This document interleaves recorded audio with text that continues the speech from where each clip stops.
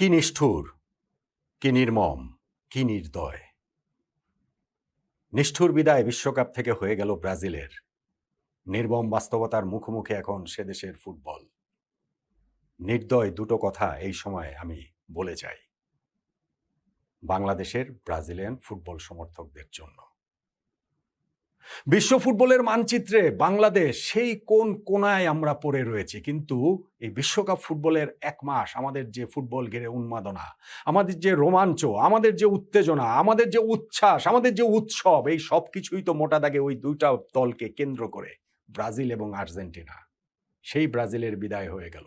ব্রাজিলের সমর্থকদের জন্য কি ভীষণ কঠিন একটা সময়। সেই নিষ্ঠুর, কঠিন, নির্মম সময়টাতে আমি ওই বাস্তবতার কথাটা শুধু সমব্যথী হয়ে মনে করিয়ে দিচ্ছি।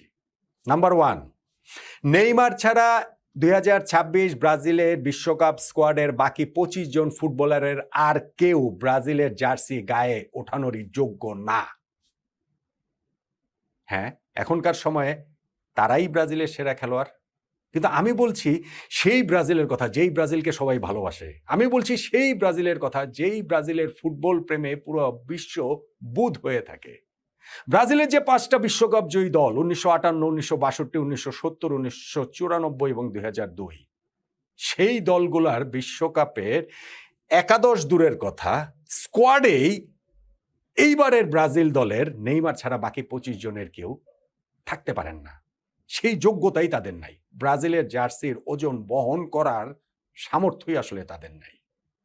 এবং নাম্বার 2, আর্লিং হাল্যান্ডের নরওয়ের কাছে হেরে ব্রাজিলের ভালোই হয়েছে এক অর্থে। কেননা ব্রাজিল যদি পরবর্তীতে আরো কোনো ফুটবল পরাশক্তির মুখোমুখি হতো, হতেই তো হতো। ধরুন ইংল্যান্ড, ধরুন আর্জেন্টিনা, ধরুন ফ্রান্স, ধরুন স্পেন, যেই পর্যায়েই হোক না কেন, এই ব্রাজিল ফুটবল কলঙ্কের নতুন অধ্যায় লিখে ফেলার কোট আনকোট সামর্থ্য রাখে। ওই যে 2014 বিশ্বকাপে যে জার্মানির কাছে নিজেদের দেশে সেমিফাইনালে 7 গোল খেয়েছিল, সেইটা রিপিট করার সামর্থ্য এই ব্রাজিলের রয়েছে। এতটাই সামর্থ্যহীন এবারের এই ব্রাজিল। এই ব্রাজিল আসলে সাম্বা ফুটবলের কলঙ্ক, যোগবনিতর বিশ্বাসঘাতক। এই ব্রাজিল আসলে কোনোভাবেই ব্রাজিল না। দেখেন, এই ব্রাজিল টিমের সবচেয়ে বড় সম্পদের জায়গা, সবচেয়ে মেইন যিনি, তিনি হচ্ছেন কার্লো অ্যানচেলত্তি, ফুটবল কোচ। ব্রাজিলের ফুটবলে ফুটবল কোচদের রোল তো থাকেই, ফুটবল সবসময়ই কোচদের খেলা, কিন্তু কোচই হচ্ছে গিয়ে সবচেয়ে বড় শক্তি। এইরকম যখন একটা টিম হয়, তখন তো সেই টিমের বিপর্যয় কোনো না কোনো পর্যায়ে চলে আসবেই। জাপানের সাথে গত রাউন্ড অফ 32-তে সেটা হতেও হয়নি, কিন্তু এই রাউন্ড অফ 16-এ আর তা ঠেকানো গেল না। আর্লিং হাল্যান্ডের নরওয়ে বলে কয়ে ব্রাজিলকে হারিয়ে দিল। আর্লিং হাল্যান্ড বলে কয়ে ব্রাজিলের ফুটবল অহং ধুলোয় একেবারে মিশিয়ে দিল। ব্রাজিলকে 2-0 গোলে যখন তারা লিড করছিল, এরপরে শেষ দিকে গিয়ে যেইভাবে ওই শো বোটিং করছিল, যেভাবে খেলা দেখাচ্ছিল আর কি নরওয়ে, এইটা ব্রাজিলের ফুটবলের জন্য অনেক অনেক অনেক বড় অপমান সূচক, যদি সেই অপমানটা ব্রাজিলের গায়ে লাগে আর কি। ইউরোপিয়ান দলের মুখোমুখি হয়েই যে ব্রাজিলের বিশ্বকাপ থেকে বিদায় ঘন্টা বেজে যাচ্ছে, সেইটা তো এমনকি কার্লো অ্যানচেলত্তি, ইতালির কোচ, ইউরোপের কোচ, তিনিও ঠেকাতে পারলেন না। ব্রাজিলের এই দলটার কথা বলছিলাম, আমাকে বলেন যে কোন পজিশনের কোন ফুটবলার ব্রাজিলের সেই সর্বকালের সেরা দলগুলোতে থাকার যোগ্য।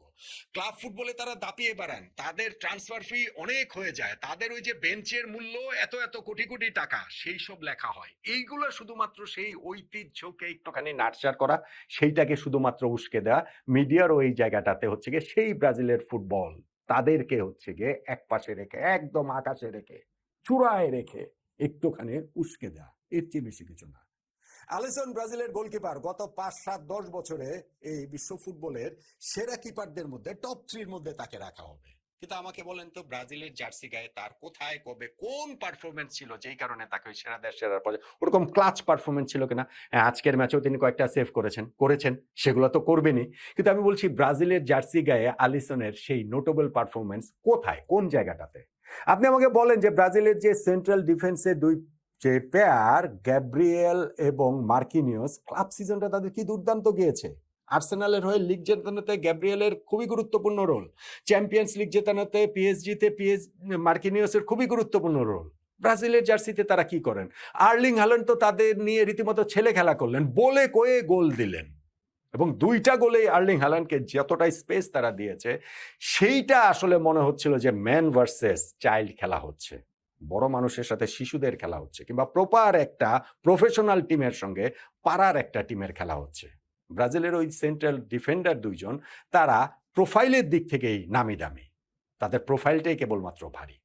কাজের কাজ তারা কবে কোথায় করেছেন আমাকে বলেন যে ব্রাজিলের যে উইং ব্যাকে যাদেরকে খেলানো হচ্ছে, যেই অপশন, যেই ডানিলো, যেই ডগলাস সান্টোস, এরা ওই কাফু কার্লোসদের কি, মানে কাফু কার্লোস পরবর্তী সময়ে যখন ব্রাজিলের দানি আলভেজ এসেছেন, মাইকন এসেছেন, মার্সেলো এসেছেন, তাদেরকেও মনে হতো যে না, ব্রাজিলের ফুটবলের মানটা আসলে পড়ে গিয়েছে। আর এখন এরা যারা আছেন, এরা কোনো উইং ব্যাক, এরা কোনো সাইড ব্যাক, এরা কোনো ফুল ব্যাক, কিন্তু দিব্যি ব্রাজিলের হয়ে খেলে যাচ্ছেন। কেননা ব্রাজিলের ফুটবলে এখন প্রতিবার ভীষণ ভীষণ ভীষণ রকমেরই আকাল। আপনি আমাকে বলেন, সেন্ট্রাল মিডফিল্ডে কাজেমিরো, 34 বছর বয়সে এই মিডফিল্ডারকে এই কোচ কার্লো আনচেলোত্তি এসেই যে আবার ফিরিয়ে আনলেন ব্রাজিল জাতীয় দলে, এবং খুবই গুরুত্বপূর্ণ অংশটা তার। ফুটবলে তিনি এখন যে অবস্থায় আছেন তাতে তার ফুটবলের ওল্ড হোমে চলে যাওয়া উচিত, তাতে এই কাসেমিরো সত্যিকার অর্থেই এলপিআরে চলে যাওয়া উচিত। কিন্তু ব্রাজিলের মিডফিল্ড মাস্টার সেই কাসেমিরো কি করেছেন গত ম্যাচে? ওই যে নেমেছেন, ফার্স্ট হাফটা ডুবিয়ে দেওয়ার পর সেকেন্ড হাফে একটা গোল করেছেন, কার্লো আনচেলোত্তির আস্থার প্রতিদান দিয়েছেন। কিন্তু এই এই এই পারফরমেন্স কি ব্রাজিলের সেই ব্রাজিলিয়ান দলের কারো ধারে কাছে থাকার মতো? আমাকে বলেন তো দেখি। ব্রুনো গিমেরেসের ওয়ার্ল্ড কাপটা ভালো কেটেছে, খুব ভালো কেটেছে, 4টা অ্যাসিস্ট তিনি করেছেন, কিন্তু এই ক্রাঞ্চ মোমেন্টের চাপের মুখে তিনি এইভাবে ভেঙে পড়লেন, পেনাল্টি থেকে গোল দিতে পারলেন না।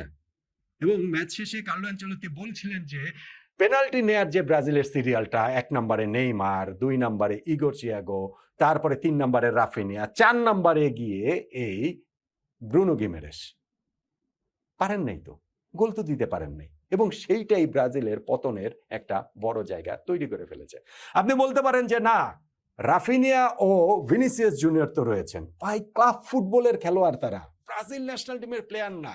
গিয়ে দেখেন যে আজকের, গিয়ে দেখেন মানে কি, আমি আর কোত্থেকে দেখবো, কিন্তু ব্রাজিলের সমর্থকদের মনে এই পরাজয়টা যতটা লেগেছে, যতটা বেজেছে, আমার মনে হয় না রাফিনিয়া কিংবা ভিনিসিয়াস জুনিয়রদের ততটা লেগেছে। তারা পার্টি ফার্টি করে বেড়াচ্ছেন এই কয়েক ঘন্টা, একটু লোক দেখানো কান্না, একটুখানি হচ্ছে গিয়ে এখানে মন খারাপ করে থাকা, তা না হলে ওই যে ব্রাজিলিয়ান সমর্থকদের রসানলে পড়তে হবে, এই তো, এর চেয়ে বেশি কিছু না। ব্রাজিলের একটা প্রপার নাম্বার 9 পর্যন্ত নাই। এই ম্যাথিয়াস কুনিয়াকে খেলানো হয়, যিনি কোনোভাবেই নাম্বার 9 না। ইগোর সিয়াগো ইংলিশ লিগে ব্রেন্টফোর্ডে খেলে যে স্ট্রাইকার, তিনিও ব্রাজিলের নাম্বার 9-এ খেলেন। এনরিক, যার উপরে এত আশা, এত ভরসা, সেই এনরিক আজকে যখন বদলি হিসেবে নেমে সুযোগটা পেলেন, কাজে তো লাগাতে পারলেন না। বা এই বয়স টয়সের কথা বলে লাভ নাই। পেলে 17 বছর বয়সে 58 বিশ্বকাপে কি করেছেন? সো এই সুযোগ কাজে লাগাবেন না। ইউরোপে খেলছেন তিনি, রিয়াল মাদ্রিদে খেলছেন, এখন ফ্রেঞ্চ লিগে খেলছেন, এই সুযোগটা কাজে লাগাবেন না, অথচ তিনি ব্রাজিলের নতুন পেলে হয়ে যাবেন। এটা হয়। ভিনিসিয়াস জুনিয়রের কথা বলছিলাম, হ্যাঁ এই বিশ্বকাপে তিনি হচ্ছে গিয়ে গোল টোল দিয়েছেন, গ্রুপ পর্বে 3টা ম্যাচে গোল দিয়েছেন, ভালো খেলেছেন। সেই ভালো আসলে কতটা ভালো, সেই ভালোকে আসলে ব্রাজিলের সেই বিশ্বকাপ জয়ী দলগুলার একাদশে না, স্কোয়াডে থাকার মতো ভালো আমার কাছে তো কোনোভাবে এটা মনে হয় না। হ্যাঁ, অবভিয়াসলি ব্রাজিল ইনজুরি ফ্রন্টে খুবই আনলাকি। এই জায়গাটাতে তাদের ফার্স্ট 11-এর পোটেনশিয়াল 3জন ফুটবলার, এস্তেভাও, রদ্রিগো, এদের মিলিতাও, তারা বিশ্বকাপের আগেই ছিটকে গেছেন। বিশ্বকাপ চলাকালীন সময়েও এখানে রাফিনিয়ার ইনজুরি তাদেরকে আসলে ভুগিয়েছে। কিন্তু এইসব বলে লাভ নাই। ব্রাজিলে তো চিরকালে এরকম একজন না থাকলে আরেকজন স্টেপ আপ করেছেন, সবসময় তো তাই হয়েছে। সেইটা তো আমরা এই বিশ্বকাপে কোনো দিক থেকেই কোনোভাবেই আসলে দেখতে পাইলাম না। ছিলেন ওই একজন, আছেন ওই একজন, আছেন না, এখন আসলে ছিলেন, এখন আসলে তিনি সেই ইতিহাস হয়ে গিয়েছেন, ইতিহাসের অংশ হয়ে গিয়েছেন। বর্তমানে তিনি আর নেই, নেইমার, তার সেই কান্না ভেজা বিদায়। বিশ্বকাপ মানেই নেইমারের কান্না। সেই 2014 বিশ্বকাপে কোয়ার্টার ফাইনাল ম্যাচটাতে কলম্বিয়ার বিপক্ষে তিনি ওই সুনিগার ফাউলটাতে যেইভাবে কান্নায় ভেঙে পড়েছিলেন, সেই কান্নার এক্সটেনশনই সেমিফাইনালে ব্রাজিলের সেই হৃদয় বিদারক পরাজয়। বিশ্বকাপের কোয়ার্টার ফাইনালে বেলজিয়ামের বিপক্ষেও তাই। নেইমার তার সর্বোচ্চ দিয়ে সর্বস্বটা নিংড়ে দিয়ে চেষ্টা করেছিলেন, পারেননি। 2022 বিশ্বকাপের কোয়ার্টার ফাইনালেও ক্রোয়েশিয়ার বিপক্ষে তাই। কি ম্যাজিক্যাল একটা গোল তিনি এক্সট্রা টাইমে দিয়েছেন, কিন্তু সেই লিডটা পর্যন্ত ব্রাজিল প্রোটেক্ট করতে পারে নাই। টাই ব্রেকারে তারপরে হেরে বিদায় হয়ে যায়। এই নেইমারই ছিলেন যোগবনিত শেষ প্রতিনিধি। এই নেইমারই ছিলেন যার পায়ে সর্বশেষ এই সাম্বার ফুল ফুটেছে। এর বাইরে আর কেউ নেই, আর একজনও নেই। নেইমার এই ম্যাচটাতেও যদি ফিট থাকতে পারতেন, প্রথম একাদশে খেলার মতো ফিট থাকতে পারতেন, তাহলেও ব্রাজিলের গল্পটা অন্যরকম হতে পারত। ওই পেনাল্টিটা নেইমারই নিতেন, ব্রাজিল তখন শুরুতেই হয়তোবা লিডটা পেয়ে যেত, নিশ্চিতভাবেই লিডটা পেয়ে যেত। এবং শেষে গিয়ে যখন নেইমার ওই পেনাল্টি পেলেন, গোল করলেন, তাতে 4 বিশ্বকাপে নেইমারের গোল হলো বটে, তাতে ব্রাজিলের পরাজয়ের ব্যবধান কমলো বটে, কিন্তু কি যায় আসে? তাতে কি যায় আসে? বিশ্বকাপ মানেই তো নেইমারের কান্নার ছবিটা সমর্থকদের মনে চিরস্থায়ী হয়ে গেঁথে রইল। বিশ্বকাপ মানেই তো নেইমারের ব্যর্থতার গল্পটাই আসলে থাকলো, নেইমারের ট্র্যাজেডিটাই আসলে থাকলো। ফুটবলেই তার এই যেই যুবরাজ কখনো মহারাজ হতে পারলেন না, এই আক্ষেপের জায়গাটা ছড়িয়ে দিয়ে নেইমার খেলা শেষে তো বিদায় বলে দিলেন যে এই আমার শেষ। নেইমারের যেখানে শেষ, ব্রাজিলের বিশ্বকাপ স্বপ্নটা যেখানে শেষ, সেইখান থেকে যে নতুন শুরু হবে, কোথায় হবে, কাদের দিয়ে হবে?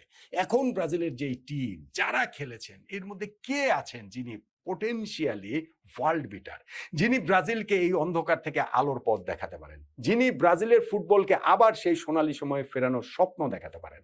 এই ব্রাজিল দলে কেউ নেই, একজনও নেই। ছিলেন এক নেইমার, আর কেউ নেই।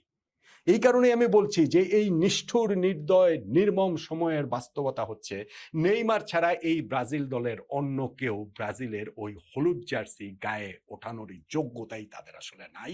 এবং ব্রাজিলে যে বিদায় হয়ে গেছে নরওয়ের কাছে হেরে, এটা এক অর্থে ভালোই হয়েছে।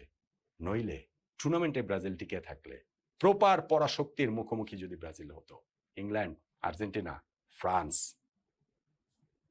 স্পেন, তাহলে ব্রাজিল হয়তোবা আবারও সেই 5-7 গোল পর্যন্ত খেয়ে যেতে পারত। ব্রাজিলের কলঙ্কটা আরো আরো আরো অনেক বেশি তীব্র হতো। ব্রাজিলের ফুটবলে এখন অন্ধকার সময়। টানা 6 বিশ্বকাপ ব্রাজিল জিতছে না, এবং এইটা কোনোদিন বিশ্বকাপ ফুটবলের 96 বছরের ইতিহাসে হয়নি। 1930 সাল থেকে বিশ্বকাপ শুরু হয়েছে ব্রাজিল, প্রথম ওয়ার্ল্ড কাপ জিতেছে 1958 সালে, কিন্তু ওয়ার্ল্ড কাপ তো গিয়েছে 30, 34, 38, 50, 54, 5 বিশ্বকাপ পরে ষষ্ঠ বিশ্বকাপ ব্রাজিল জিতেছে। তারপরে সেই প্রথম যে স্বর্ণ সময়টা 58, 62, 66, 70, 4 বিশ্বকাপের মধ্যে 3টা জিতেছে। এরপরে আবার 5টা বিশ্বকাপ জেতেনি, 94 সালে জিতেছে, এবং ওই সময় সেকেন্ড ফেজ ব্রাজিলের ফুটবলের স্বর্ণ সময় 94, 98, 2002, 3 বিশ্বকাপেরই ফাইনাল খেলে 2বার তারা শিরোপা জিতেছে। কিন্তু তারপর আবারও এইবার 6টা বিশ্বকাপের গ্যাপ তৈরি হয়ে গেল। হেক্সা মিশনে যে ব্রাজিল রয়েছে, সেইটা ব্রাজিলের বিশ্বকাপ না জয়ে তার হেক্সাটা হয়ে গেল।